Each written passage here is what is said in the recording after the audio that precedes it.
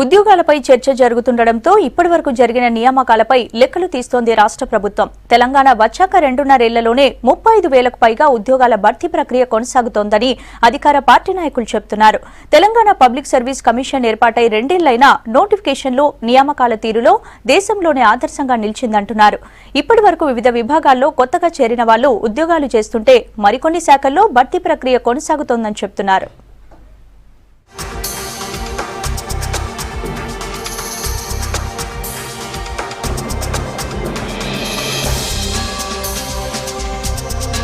తెలంగాణ లక్ష్యాల్లో కీలకమైన నియామకాల అంశంలో 1,00,000 ఉద్యోగాల హామీ నిలబెట్టుకుంటామని చెప్తున్నారు అధికార పార్టీ నేతలు.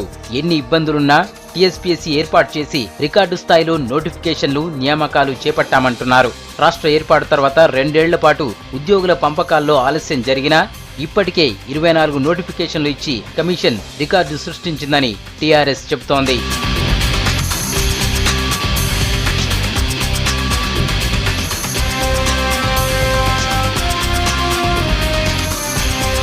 ఇప్పటి వరకు వచ్చిన నోటిఫికేషన్లు, నియామకాల వివరాలను వారు లెక్కలు తీశారు.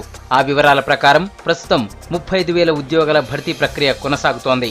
టీఎస్పీఎస్సీ ద్వారా ఇప్పటి వరకు 5,936 ఉద్యోగాల భర్తీ జరిగింది. ఈ మధ్య గురుకులాల్లో 7,306 ఉపాధ్యాయ పోస్టుల భర్తీకి నోటిఫికేషన్ ఇచ్చింది. సింగరేణిలో 5,105 ఉద్యోగాలు, విద్యుత్ విభాగంలో 2,345 జాబ్స్, ఆర్టీసీలో 3,956 ఉద్యోగాల నియామకాలు జరిగాయని టీఆర్ఎస్ నేతలు గుర్తు చేస్తున్నారు. ఒక నోటిఫికేషన్ కోడ్ ఆఫ్ కండక్ట్ వల్ల దాన్ని డిఫర్ కావడం జరిగింది.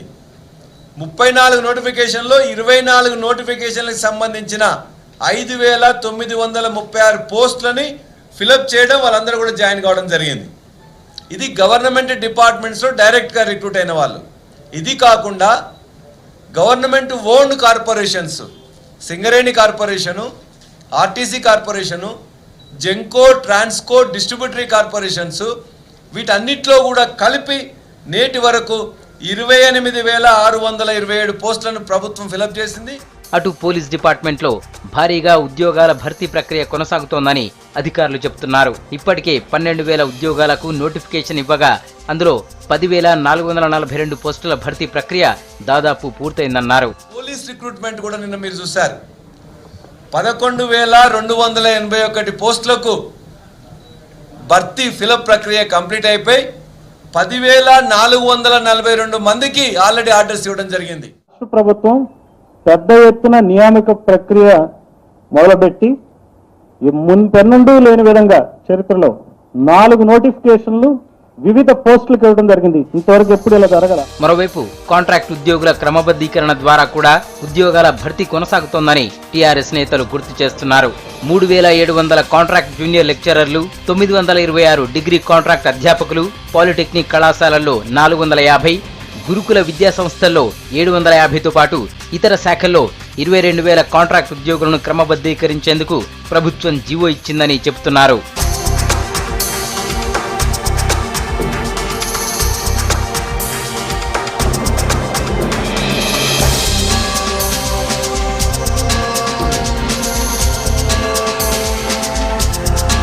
ఇక వైద్య ఆరోగ్య శాఖలో 2,000 పోస్టులు, పంచాయతీరాజ్లో 1,000 పోస్టులు, పురపాలక శాఖలో 1,300 పోస్టులు, వ్యవసాయ సహకార శాఖలో 1,800 పోస్టుల భర్తీకి ఏర్పాట్లు జరుగుతున్నట్టు చెబుతున్నారు. ఇప్పటికే ప్రభుత్వం ఆమోదించిన ఈ పోస్టులకు ఆర్థిక శాఖ అనుమతి రాగానే భర్తీ ప్రక్రియ మొదలవుతుంది.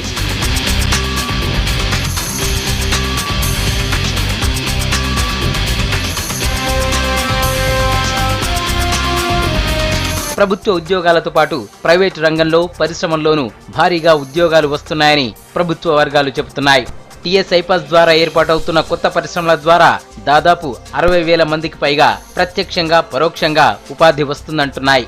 వీటి ద్వారా వచ్చే 2 ఏళ్లలో అనుకున్న లక్ష్యం కంటే ఎక్కువగానే ఉద్యోగాల భర్తీ జరుగుతుందని అంచనా వేస్తున్నాయి.